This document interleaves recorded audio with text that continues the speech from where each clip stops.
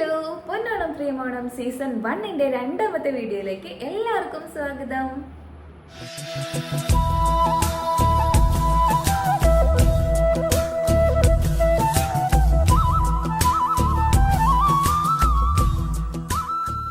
അപ്പോൾ ഇന്നത്തെ വീഡിയോ തംബ്നെയിലിൽ കണ്ട പോലെ സ്ക്രാച്ച് ഓണം ഔട്ട്ഫിറ്റ്സ് ആണ്. അപ്പോൾ അതിന് മുന്നേ ഔട്ട്ഫിറ്റ്സ് കാണുന്നതിന് മുന്നേ നമുക്ക് ഈ ഒരു ഔട്ട്ഫിറ്റ്സിലേക്കൊക്കെ ചേരുന്ന ഒരു സിമ്പിൾ മേക്കപ്പ് നോക്കാം. അപ്പോൾ നമുക്ക് ആദ്യം ഫേസ് ഒന്ന് മോയ്സ്ചറൈസ് ചെയ്ത് കൊടുക്കാം. ഞാനിപ്പോൾ നിവിയ സോഫ്റ്റിന്റെ മോയ്സ്ചറൈസർ ആണ് എടുത്തേക്കുന്നത്.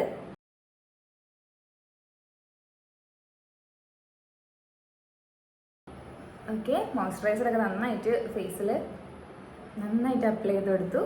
ഇനി ഞാൻ ഫൗണ്ടേഷൻ ആണ് ഇട്ട് കൊടുക്കുന്നത്. ഇതിപ്പോൾ നൈക്കയുടെ ഒരു ഹൈഡ്രേറ്റിംഗ് ഫൗണ്ടേഷൻ ആണ്. ഞാൻ എല്ലായിടത്തും ഒന്നും ഇടുന്നില്ല, ജസ്റ്റ് ഈ ഒരു കണ്ണിൻ്റെ ഭാഗത്ത്, അതുപോലെ ഈ ഒരു വായയുടെ ചുറ്റുമുള്ള ഒരു ഏരിയയിൽ, അങ്ങനെ എനിക്ക് ആവശ്യമുള്ള ഏരിയസിൽ മാത്രമാണ് ഞാൻ ഫൗണ്ടേഷൻ അപ്ലൈ ചെയ്ത് കൊടുക്കുന്നത്.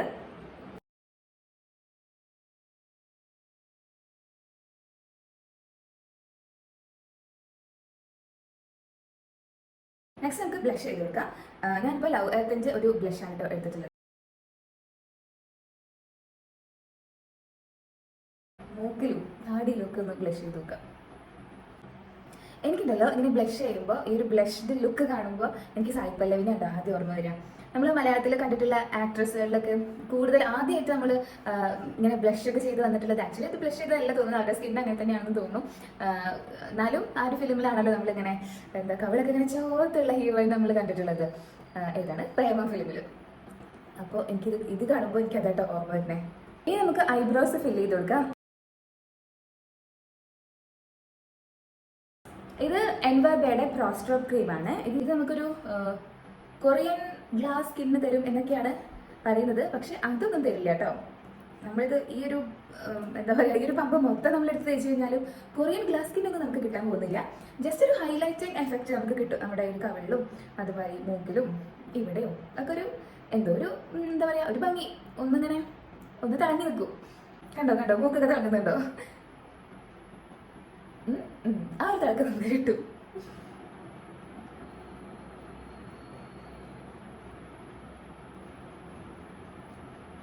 ഈ ഒരു ഭാഗമൊക്കെ ഇങ്ങനെ പ്ലം ആയിട്ട് ഇങ്ങനെ നിൽക്കും.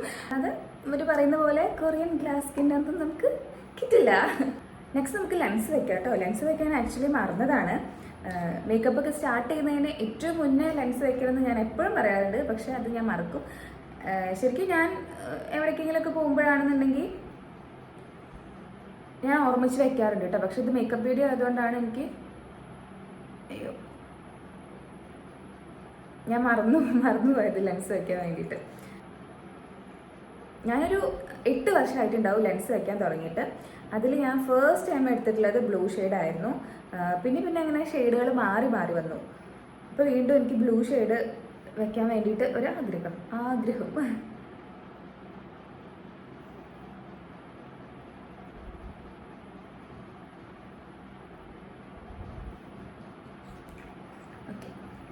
ലെൻസ് വെച്ചു. ഇനി നമുക്ക് ഐ മേക്കപ്പ് ചെയ്യാം. ആദ്യം ഞാനൊരു എനിക്കിഷ്ടമുള്ളൊരു കളർ എടുത്തിട്ട് ഞാൻ ഐ ഷെയ്ഡ് ചെയ്യാൻ പോവാണ്. ഈ ഒരു കളറാണ് കേട്ടോ ഞാൻ എടുക്കുന്നത്. ഐ ഷെയ്ഡ് ചെയ്തിട്ടുണ്ട്. ഇനി ഐ ഷെയ്ഡിൻ്റെ മേലെ ഒരു ചെറിയ ഷിമ്മറി ഷെയ്ഡ് കൊടുക്കാൻ വേണ്ടിയിട്ട് ഞാൻ ഹൈലൈറ്റർ പാലറ്റ് ആട്ടോ എടുത്തേക്കുന്നത്. ഇനി കണ്ണെഴുതാൻ പോവാണ്.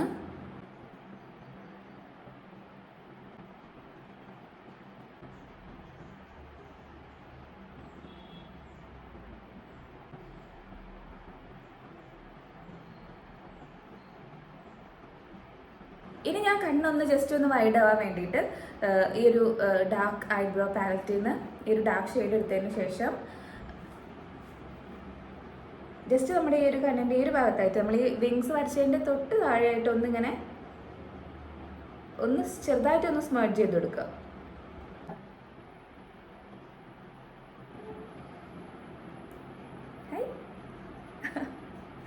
ഇനി ഞാൻ ലിപ്സ് ചെയ്യാൻ പോവാണ്. ആദ്യം ലിപ് ലൈൻ ചെയ്യട്ടോ. ലിപ് ലൈനർ മസ്റ്റാണ്. ചില ആൾക്കാരൊന്നും ലിപ് ലൈൻ ചെയ്യാറില്ല, പക്ഷേ ലിപ് ലൈൻ ചെയ്തിട്ട് ലിപ്സ്റ്റിക്ക് ഇട്ട് നോക്കൂ, അപ്പോൾ അതിൻ്റെ ഒരു ഭംഗി വേറെ തന്നെയാണ്. ഞാൻ എപ്പോൾ ലിപ്സ്റ്റിക്ക് ചെയ്യുകയാണെങ്കിലും ലിപ് ലൈനർ യൂസ് ചെയ്യാറുണ്ട്.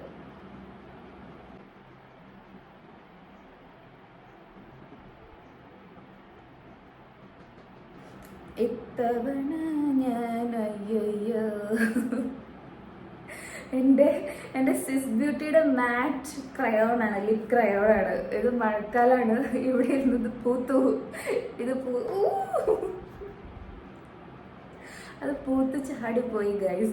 എനിക്ക് തോന്നുന്നു കുഞ്ഞാറ്റ് ഇത് വന്നിട്ട് ഇട്ടിട്ടുണ്ട്. അത് ചുമ്മാ പൂത്ത് കഴിഞ്ഞാൽ പൊട്ടി പോകില്ലല്ലോ അല്ലേ. എന്തായാലും ലിപ്സ്റ്റിക് പോച്ച് ഗൈസ്. ഇത് നല്ലൊരു ഷെയ്ഡായിരുന്നു, എൻ്റെ ഒരു ഫേവറേറ്റ് ഷെയ്ഡായിരുന്നു. കാണുമ്പോൾ തന്നെ നമുക്ക് മനസ്സിലാവില്ലേ, നല്ല നല്ല അടിപൊളി ഷെയ്ഡാണ്. സാരില്ല, നമുക്ക് വേറെ ലിപ്സ്റ്റിക് എടുക്കാം.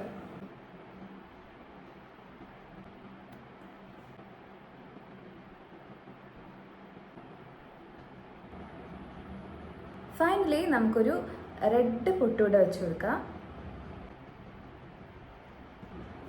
ഇത് കാണുമ്പോൾ ഭയങ്കര നൊസ്റ്റാൾജിക് ഫീൽ തോന്നുന്നുണ്ട് അല്ലേ, ഒരു സ്മെല്ലൊക്കെ. അപ്പോൾ മേക്കപ്പ് ഒക്കെ കഴിഞ്ഞു.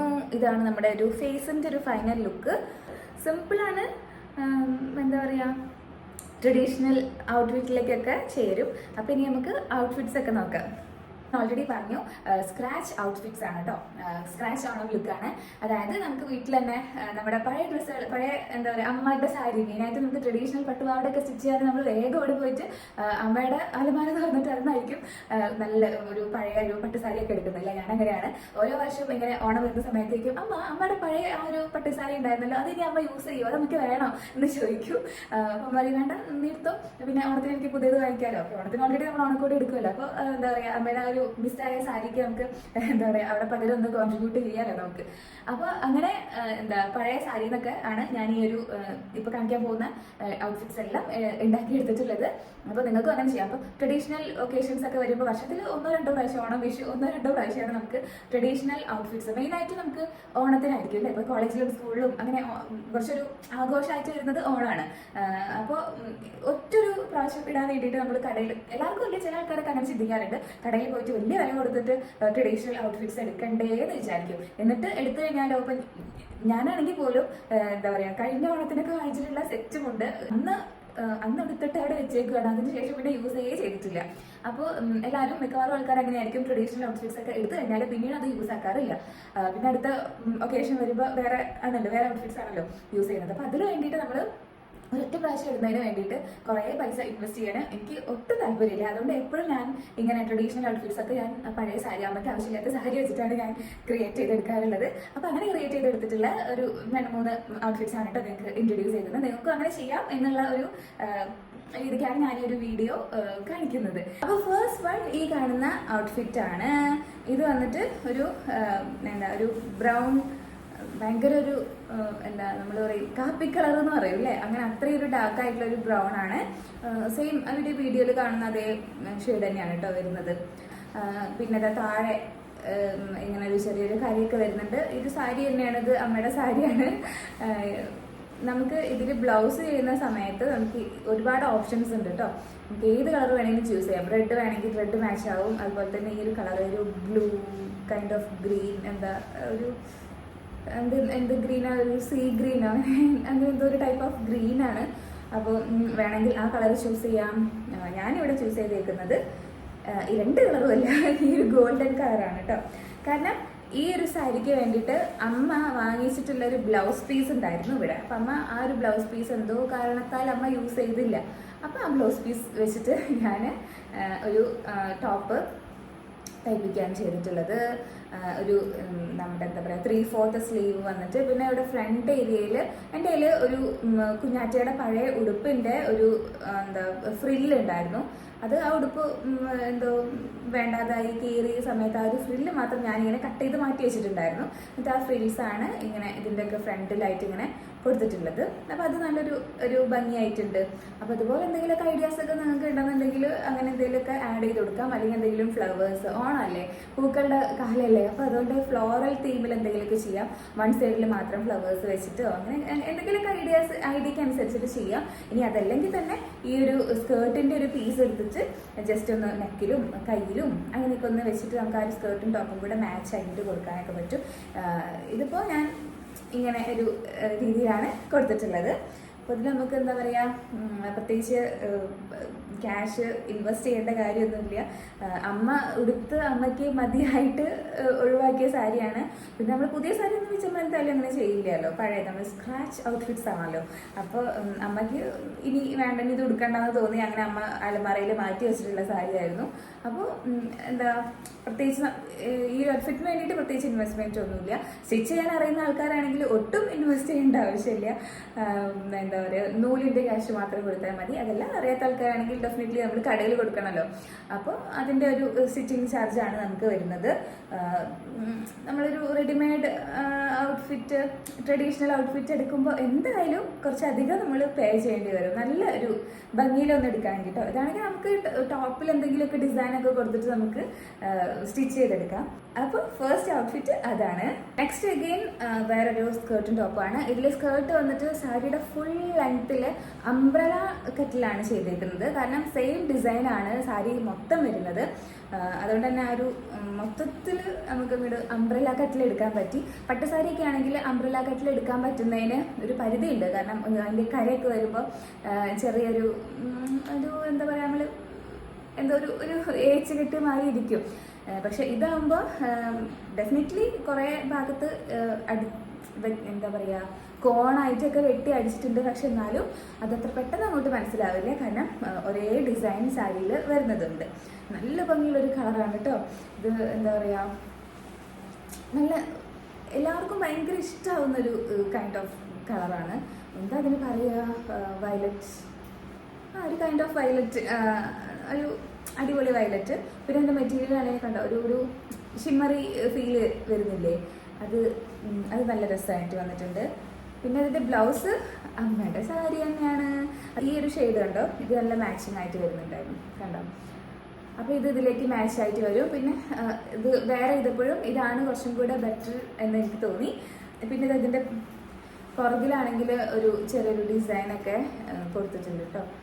വളരെ ബജറ്റ് ഫ്രണ്ട്ലി ആയിട്ടുള്ള കാര്യങ്ങളൊക്കെ വെച്ചിട്ടാണ് ഞാൻ സ്റ്റിച്ച് ചെയ്യുന്നത്. അപ്പോൾ അതുപോലെ തന്നെ നിങ്ങൾക്കും ഇഷ്ടമുള്ള പോലെയൊക്കെ സ്റ്റിച്ച് ചെയ്യാം.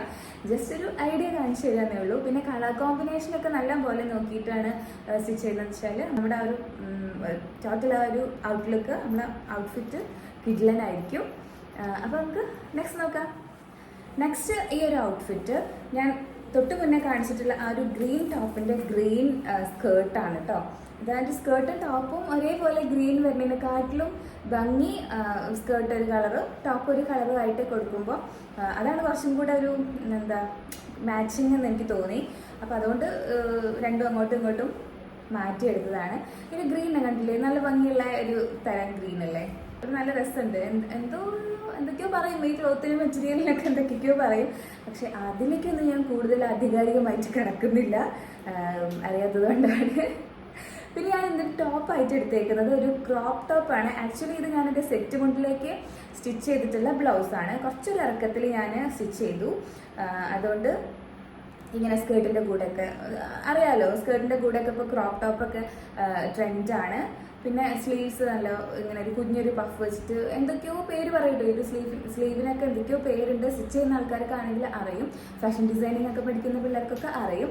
എനിക്കറിയാത്തത് നോക്കണ്ട, ജസ്റ്റ് നിങ്ങൾക്ക് കാണുമ്പോൾ മനസ്സിലാവുന്നുണ്ടാവില്ല. ഒരു പഫ്, ഒരു കുഞ്ഞു പഫ് വന്നിട്ടുണ്ട്. അതുപോലെ തന്നെ സ്ലീവൊക്കെ ഈ ഒരു ഇത് വീഡിയോയിൽ കാണുന്നത് പോലെ ഒരു 3/4 അല്ല, കുറച്ച് കയറിയിട്ടുള്ളൊരു സ്ലീവാണ്.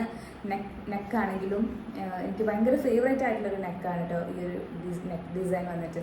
പിന്നെ അതേപോലെ തന്നെ ഈ ടോപ്പിൻ്റെ ഈ ഒരു താഴെ ഈ ഒരു ബോട്ടം ഭാഗത്ത് എന്തോ ഒരു പേര് ഇതിനൊക്കെ പറയുമ്പോൾ എനിക്ക് പേരൊന്നും അറിയില്ല, പേര് അറിയാത്തത് കാര്യമാക്കണ്ട, എന്തൊക്കെയോ പേര് ഇത് പറയും. പക്ഷേ ജസ്റ്റ് നിങ്ങൾ ഈ ഒരു ലുക്ക് മാത്രം നോക്കുക. അപ്പോൾ ഈ ഒരു ഔട്ട്ഫിറ്റ് ഇതാണ്. ഒരു ബെസ്റ്റ് കളർ കോമ്പിനേഷനാണ് കേട്ടോ. ഗ്രീനും മജന്തയും ഭയങ്കര നല്ലൊരു കളർ കോമ്പിനേഷനാണ്. ട്രഡീഷണൽ ഒക്കേഷനിലൊക്കെ നമുക്ക് ഇങ്ങനെ തിളങ്ങി നിൽക്കാൻ പറ്റുന്ന ഒരു കളർ കോമ്പിനേഷനാണ്. ചില ആൾക്കാർക്ക് ചിലപ്പോൾ ഈ മജന്ത ഇങ്ങനെ ബ്രൈറ്റ് ആയിട്ടിരിക്കുന്നതുകൊണ്ട് ആ ഒരു കളർ ചിലപ്പോൾ ഇഷ്ടപ്പെടാൻ വഴിയില്ല. പക്ഷെ ഇങ്ങനെ കാണുമ്പോൾ കണ്ടോ ഈ ഡാൻസിനൊക്കെ നമ്മൾ കോസ്റ്റ്യൂം ഇടില്ല. എനിക്ക് സത്യം പറഞ്ഞു കഴിഞ്ഞാൽ അതാട്ടോ എനിക്ക് ഓർമ്മ വന്നത്. നമ്മൾ ക്ലാസിക്കൽ ഡാൻസ് ഭരതനാട്യത്തിനൊക്കെ നമ്മൾ കോസ്റ്റ്യൂം സെലക്ട് ചെയ്യുന്ന സമയത്താണ് ഇങ്ങനെ ബ്രൈറ്റ് ആയിട്ടുള്ള കളേഴ്സ്, നല്ല colour combination, yellow maroon, yellow red, അങ്ങനെയുള്ള ബ്രൈറ്റ് കോമ്പിനേഷൻസ് വരുന്നത്. അതേ ഒരു ഫീലാണ് എനിക്ക് ഈ ഒരു കളർ കോംബോ കണ്ടപ്പോൾ തോന്നിയത്. എനിക്ക് ഭയങ്കര ഇഷ്ടമായി ഈ ഒരു കളർ കോംബോ. പിന്നെ ഇപ്പോൾ എന്ന് പറയുമ്പോൾ എല്ലാവരും നല്ല പെയിൽ കളേഴ്സൊക്കെ അതൊക്കെ ട്രെൻഡ് ആയിക്കൊണ്ടിരിക്കുന്ന ഒരു സമയമാണല്ലോ. ഇങ്ങനത്തെ ഡാർക്ക് കളേഴ്സ് യൂത്തിന് ഇഷ്ടപ്പെടുമെന്ന് എനിക്കറിയില്ല നമ്മൾ, പക്ഷെ എനിക്കെന്തോ ഭയങ്കര ഇഷ്ടപ്പെട്ടു ഈ ഒരു കോമ്പിനേഷൻ. പിന്നെ ഒരു ഗ്രീൻ ആണെങ്കിലും ഒരു പാരറ്റ് ഗ്രീൻ എന്ന് പറയാൻ പറ്റുമോ? ഏകദേശം പറയാം. നമ്മുടെ വാഴത്തത്തയില്ലേ, വാഴത്തത്ത, നമ്മുടെ നോർമൽ തത്തയല്ല, വാഴത്തത്തയുടെ ഒക്കെ ഒരു ഗ്രീൻ ആയിട്ടാണ് എനിക്ക് തോന്നുന്നത് ഇത്.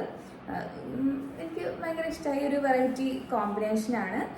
ഇഷ്ടമാണെങ്കിൽ ട്രൈ ചെയ്ത് നോക്കണം. 3 കോമ്പിനേഷനാണ് കാണിച്ചിട്ടുള്ളത്. നിങ്ങളുടെ കയ്യിൽ ഏത് കളർ കോമ്പിനേഷനാണ് നിങ്ങൾക്ക് ഇഷ്ടം, അല്ലെങ്കിൽ നിങ്ങളുടെ അടുത്ത് ഏത് കളറാണ് അവൈലബിൾ ആയിട്ടുള്ളത് എന്ന് നോക്കിയിട്ട്, ചിലപ്പോൾ നമുക്ക് ബ്ലൗസൊക്കെ വേണമെങ്കിൽ 1 മീറ്ററൊക്കെ വാങ്ങിച്ചു കഴിഞ്ഞാൽ നമുക്കൊരു ക്രോപ്പ് ടോപ്പ് ആയിട്ടോ, അല്ലെങ്കിൽ ഒരു തടിയൊന്നും ഇല്ലാത്ത ആൾക്കാരാണെങ്കിൽ 1 മീറ്ററൊക്കെ മതിയാവും ഒരു ബ്ലൗസ്, ഒരു പട്ടുപാവാടയുടെ ഒരു ബ്ലൗസൊക്കെ തയ്ച്ചെടുക്കാൻ വേണ്ടിയിട്ട്. അപ്പോൾ അങ്ങനെ വാങ്ങിച്ചിട്ട് സാരിക്ക് മാച്ച് ആക്കിയിട്ട് തയ്ക്കുകയാണെങ്കിലും നന്നായിരിക്കും. അപ്പോൾ നമ്മുടെ കയ്യിലുള്ള സ്ക്രാച്ച് ക്ലോത്ത്സ് നമ്മൾ അത് വെച്ചിട്ട് ഇന്നോവേറ്റീവ് ആയിട്ട് എന്തെങ്കിലുമൊക്കെ ക്രിയേറ്റ് ചെയ്തെടുക്കുമ്പോൾ സത്യം പറഞ്ഞു കഴിഞ്ഞാൽ കടയിൽ നിന്നൊക്കെ നമ്മൾ റെഡിമെയ്ഡ് വാങ്ങിക്കുന്നതിനെക്കാട്ടിലൊക്കെ നല്ല ഭംഗിയായിട്ട് എനിക്ക് തോന്നാറുണ്ട് കേട്ടോ. അപ്പോൾ നമ്മുടെ ഐഡിയാസാണ്. പിന്നെ ഇപ്പോൾ നമുക്ക് എല്ലായിടത്തും നോക്കിയാലും ഐഡിയാസ് ആണല്ലോ. ഇപ്പോൾ ഇൻസ്റ്റഗ്രാമിലൊക്കെ കുറേ ട്രഡീഷണൽ ഔട്ട്ഫിറ്റ്സ് ഒക്കെ ഒരുപാട് വരാറുണ്ട്. ഓണമൊക്കെ ആകുമ്പോൾ, ഇപ്പോൾ ഓണത്തോട് അടുത്തുകൊണ്ടിരിക്കുമ്പോൾ ഒക്കെ ഇൻസ്റ്റ തുറക്കുമ്പോൾ തന്നെ അങ്ങനത്തെ ഒക്കെ ഓരോ ഔട്ട്ഫിറ്റ്സ് ആണ് കാണുന്നത്. അപ്പോൾ അതിലൊക്കെ നോക്കിയിട്ട് നിങ്ങൾക്കൊക്കെ ചേരുന്ന രീതി എങ്ങനെയാണെന്ന് നമുക്കറിയാമല്ലോ. അങ്ങനെയൊക്കെ നല്ലൊരു മോഡലൊക്കെ കണ്ടുപിടിച്ചിട്ട് പഴയ ക്ലോത്തൊക്കെ എടുത്തിട്ട് ഇങ്ങനെയൊക്കെ ഒന്ന് സ്റ്റിച്ച് ചെയ്ത് നോക്കൂ കേട്ടോ. നമുക്ക് കുറച്ചൊക്കെ എന്താ പറയുക സേവിങ്സ് ഉണ്ടാക്കാം. അപ്പോൾ അത്രയൊക്കെ ഉള്ളൂ. അപ്പോൾ ഈ ഒരു വീഡിയോ എല്ലാവർക്കും ഇഷ്ടമാണെന്ന് വിചാരിക്കുന്നു. ഇഷ്ടമായെങ്കിൽ എന്തായാലും ലൈക്ക് ചെയ്യാനും നിങ്ങളുടെ അഭിപ്രായങ്ങൾ കമൻറ്റ് ചെയ്യാനും, പിന്നെ എൻ്റെ ചാനൽ സബ്സ്ക്രൈബ് ചെയ്തിട്ടില്ലെങ്കിൽ സബ്സ്ക്രൈബ് ചെയ്യാനും മറക്കരുത്. നമുക്ക് മറ്റൊരു വീഡിയോ ആയിട്ട് പെട്ടെന്ന് കാണാൻ. ബൈ.